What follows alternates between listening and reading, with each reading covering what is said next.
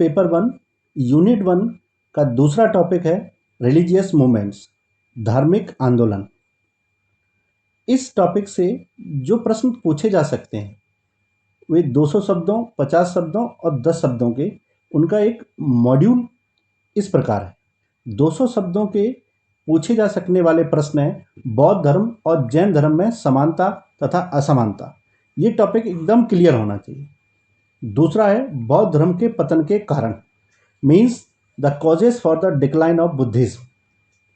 Next is बौद्ध धर्म के संरक्षक शासकों का विवरण, it means the how many rulers of ancient India had patronise to Buddhism. इसके बाद जैन धर्म के भारत में ही सीमित होने के क्या कारण थे। ये प्रश्न है जिनके बारे में ये कहा जा सकता है कि ये 200 शब्दों में पूछे जा सकते हैं इस टॉपिक से। 50 शब्दों के लिए जो प्रश्न पूछे जा सकते हैं उनमें जैन धर्म के श्वेतांबर एवं दिगंबर संप्रदायों में असमानता, बौद्ध धर्म की विशेषताएं, जैन धर्म में स्यादवाद की अवधारणा। ऐसे ही किसी भी धार्मिक सिद्धांत को 50 शब्दों में पूछा जा सकता है। जैसे बौद्ध धर्म का मध्यम मार्ग भी है, बौद्ध धर्म का अष्टांगिक मार्ग भी है, बौद्ध धर्म के 4 आर्य सत्य हैं। 4 आर्य सत्य 3 नंबर में अक्सर पूछा जाता है। अष्टांगिक मार्ग पूछा जा सकता है 50 शब्दों में। 10 शब्दों के लिए मीन्स वेरी शॉर्ट टाइप के लिए धर्मों से संबंधित जो भी शब्दावली है, जैसे कैवल्य क्या है, संबोधि क्या है, महापरिनिर्वाण क्या है, महाविनिष्क्रमण क्या है, काया क्लेश क्या है, हीनयान क्या है, महायान क्या है, महावीर स्वामी के बारे में, ऋषभ देव के बारे में, पार्श्वनाथ के बारे में, निगंड क्या था, निग्रंथ क्या था, जिनसे क्या तात्पर्य है, प्रवज्जा क्या है, 4 आर्य सत्य क्या है, अष्टांगिक मार्ग क्या है, 10 सील क्या है, जरा मरण क्या है और पंच स्कंद क्या है।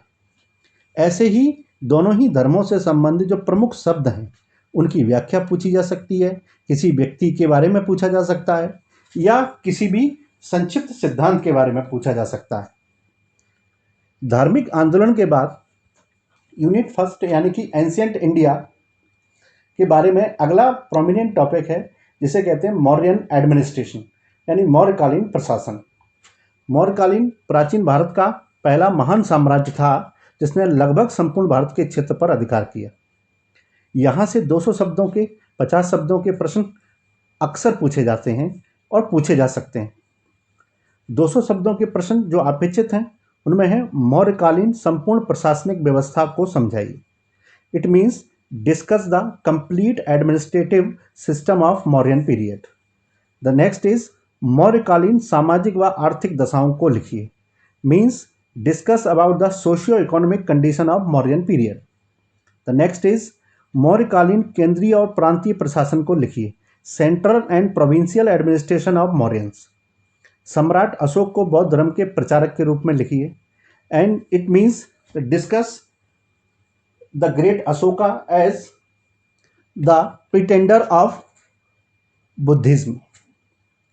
50 वर्ड्स में एक्सपेक्टेड क्वेश्चंस हैं, उनमें अर्थशास्त्र पर टिप्पणी कीजिए, राज्य के सप्तांग सिद्धांत क्या थे, चंद्रगुप्त मौर्य द्वारा भारत का राजनीतिक एकीकरण कैसे किया गया, आचार्य चाणक्य के योगदान इसमें क्या था, मौर्यकालीन केंद्रीय प्रशासन क्या था, मौर्यकालीन प्रांतों के क्या नाम थे और वहाँ कौन कौन रूल करता था, मौर्य वंश के पतन के कारण और अशोक का धम्म, अशोक की धार्मिक नीति। इट मीन्स मौर्यन पीरियड प्राचीन भारत का पहला ऐसा पीरियड था जो सेंट्रलाइज था, वेल एडमिनिस्ट्रेटेड था। तो यहाँ से प्रश्न अक्सर पूछे जा सकते हैं। यहाँ पर चंद्रगुप्त मौर्य और अशोक जैसे महान सम्राट हुए, तो इन व्यक्तित्व के बारे में भी पूछे जा सकते हैं। 3 मार्क्स के बारे में बात करेंगे तो यहाँ मौर्यकालीन प्रमुख व्यक्तित्व, पुस्तकें, सिद्धांत एवं प्रशासन से संबंधित तथ्य हैं। जैसे समाहर्ता पर 3 नंबर में पूछा जा सकता है, जो रेवेन्यू ऑफिसर होता था। तीर्थ के बारे में पूछा जा सकता है, जो मिनिस्टर्स को कहा जाता था। चाणक्य के बारे में पूछा जा सकता है, जो उनका राजनीतिक सलाहकार था। इसके अलावा आर्थिक सिक्कों, आर्थिक व्यवस्था में सिक्कों इत्यादि के बारे में भी प्रश्न पूछे जा सकते हैं। मौर्यन एडमिनिस्ट्रेशन के बाद यूनिट 1 से एक और दूसरा महत्वपूर्ण टॉपिक है गुप्तकालीन प्रशासन। प्राचीन इतिहास में मौर्यों के पश्चात गुप्तकालीन प्रशासन गुप्तकालीन प्रशासन, it means Gupta's administration was most prominent. यहाँ से प्रशासनिक व्यवस्था को लेकर के सबसे ज़्यादा प्रश्न आने के चांसेस हैं। इसके अलावा गुप्तकालीन साहित्य, आप जानते हैं गुप्तकाल को साहित्य की दृष्टि से, अपेक्षाकृत संस्कृत साहित्य की दृष्टि से स्वर्ण काल कहा गया, golden period of Sanskrit literature. इसके अलावा गुप्त काल में मंदिर निर्माण की शैलियों का उदय हुआ। गुप्त काल के पश्चात जैसे द्रविड़ शैली आई, नागर शैली आई, बेसर शैली आई। तो कलात्मक चीज़ें, व्यक्ति बहुत है वहाँ पर। 3 नंबर के लिए मुद्रा राक्षस के बारे में पूछा जा सकता है, कालिदास के बारे में पूछा जा सकता है, शूद्रक के बारे में पूछा जा सकता है, मालविकाग्नि मित्रम के बारे में पूछा जा सकता है। तो साहित्य में किसी पुस्तक को लेकर के या उसके लेखक को लेकर के 3 नंबर का प्रश्न सबसे ज़्यादा अपेक्षित है। 50 नंबर के प्रश्नों में गुप्तकालीन सामाजिक दशा कैसी थी, social system of Gupta's period.